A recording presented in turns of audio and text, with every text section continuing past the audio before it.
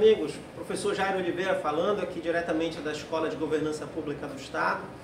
Vamos dar seguimento aos nossos estudos a respeito da contratação direta e agora nós vamos falar a respeito das contratações em específico. Vamos dar início à contratação por inexigibilidade de licitação. Então, esse bloco vamos falar sobre inexigibilidade e a posteriori nós falamos a respeito da dispensa de licitação. Mas antes de entrar especificamente nessa situação, nessa forma de contratação direta, existe um ponto que é muito importante ser ressaltado, que são as situações de contratação direta indevida. O legislador ele chama bastante atenção e cria um dispositivo específico para isso.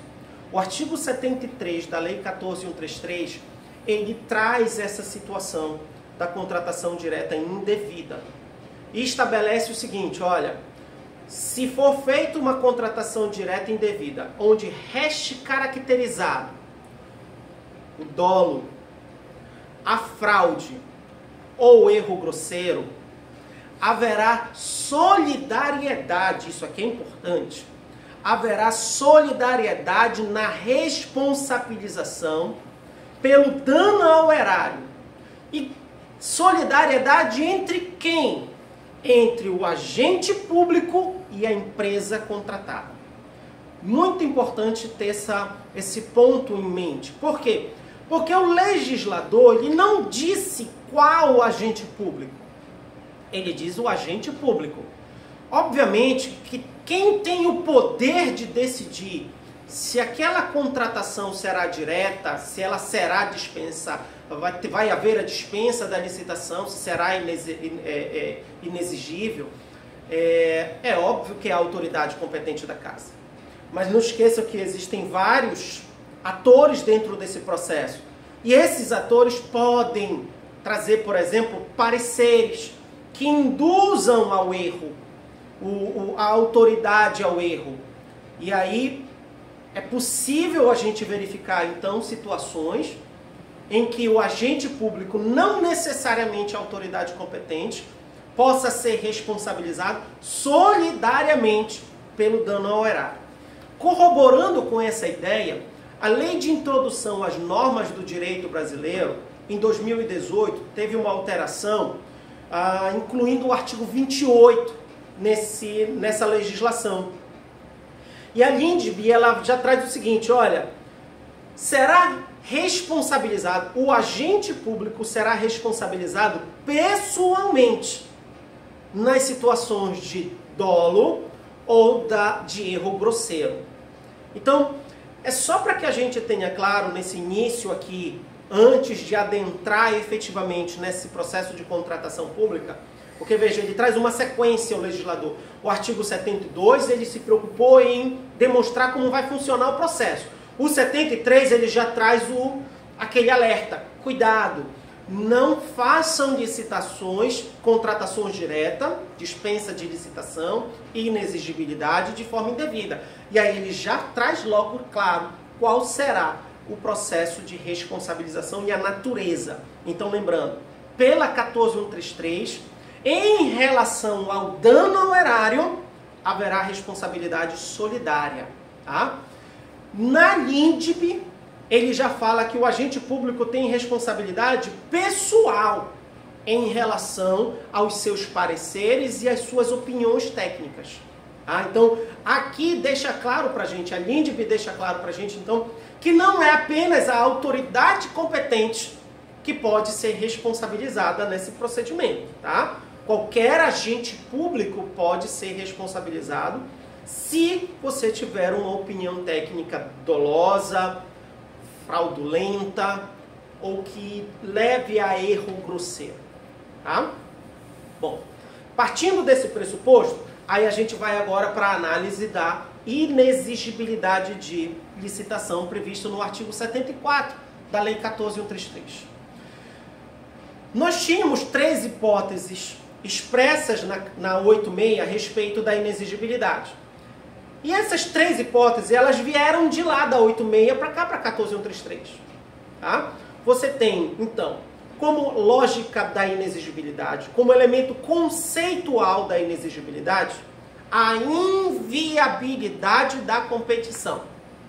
Ora, se a gente tem uma competição inviável, não há se falar em licitação pública, porque licitação é essa competição pública. Se não tem competição, então não tem como fazer a licitação. E aí o legislador, o atual legislador, ele traz 5 hipóteses, lembrando também que essas 5 hipóteses não é um rol taxativo, é um rol exemplificativo. Tá? Todas as situações que demonstrem a inviabilidade de competição, você pode caminhar para a inexigibilidade de licitação. Tá? Essas 5 hipóteses são as 5 hipóteses mais reiteradas dentro da administração pública, onde o legislador conseguiu trazer à evidência as principais situações. Primeira delas, vamos lá, já era previsto na 86, situação em que haja fornecedor exclusivo. Ora, se a gente tem um único fornecedor com um atestado de exclusividade, e aí aí você não pode também esquecer a súmula 255 do TCU, que diz que esse atestado de exclusividade tem que ser verificado a sua veracidade. Não é só apresentar o atestado e eu já tenho que partir do pressuposto de que aquilo é necessariamente verdade ou a interpretação que se dará a respeito daquele atestado de exclusividade.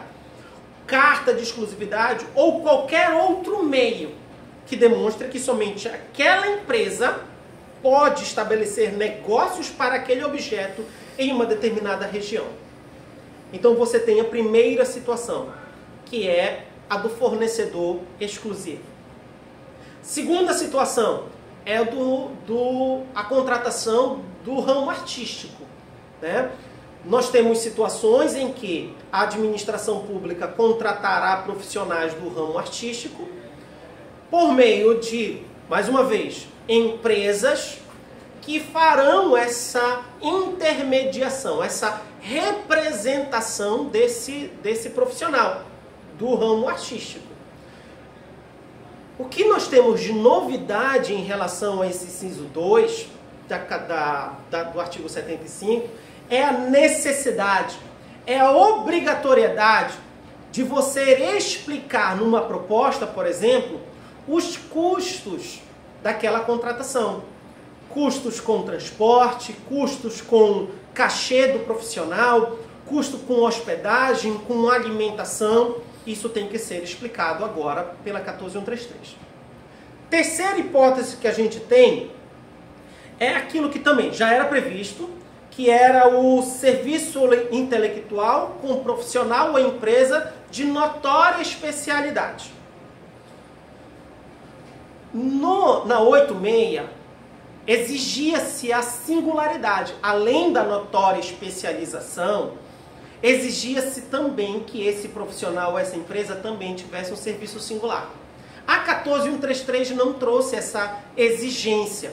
Entretanto, ela explica de uma forma melhor, lá no artigo 6º, inciso 18, o que é um serviço intelectual, predominantemente intelectual, e no 19 ele explica o que é essa notória especialização. Então, a contratação por inexigibilidade, nessas situações, é a soma dos requisitos do 18, do artigo 6º, 18, com o artigo 19. Tá? Sendo vedado nessas situações a subcontratação, óbvio, se eu contratei essa empresa por causa deste profissional aqui, por causa das qualidades deste profissional, eu não posso subcontratar o objeto ou trazer outro profissional para prestar o serviço. Então não faria mesmo sentido, tá? E aquilo que já havia também na 86, que é a impossibilidade. Não é possível você fazer contratação por inexigibilidade em situações de divulgação, empresas de divulgação, de publicidade. Tá? O que é novidade em relação a 14133? Os contratos oriundos de credenciamento já eram a prática. já é uma prática. Você já tinha que os contratos oriundos de credenciamento, eles serão realizados por inexigibilidade de licitação. Então a gente também trouxe isso agora o legislador trouxe de forma expressa. E a última hipótese, que é a situação de locação e aquisição de imóveis. A 86 trazia isso como situação de dispensa de licitação. A 14133 mudou a natureza e trouxe isso como inexigibilidade de licitação. Tá? Então é importante. O que era dispensa passou a ser inexigibilidade. Tá?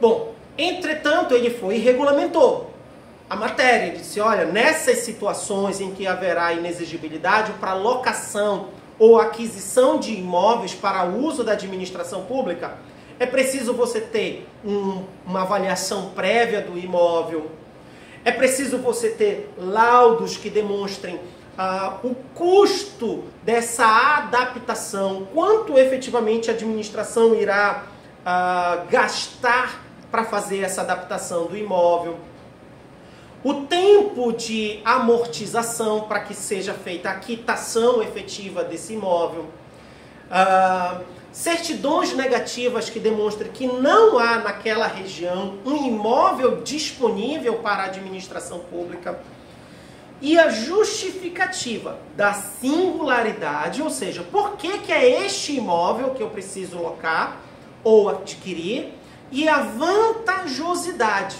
da aquisição ou locação daquele imóvel.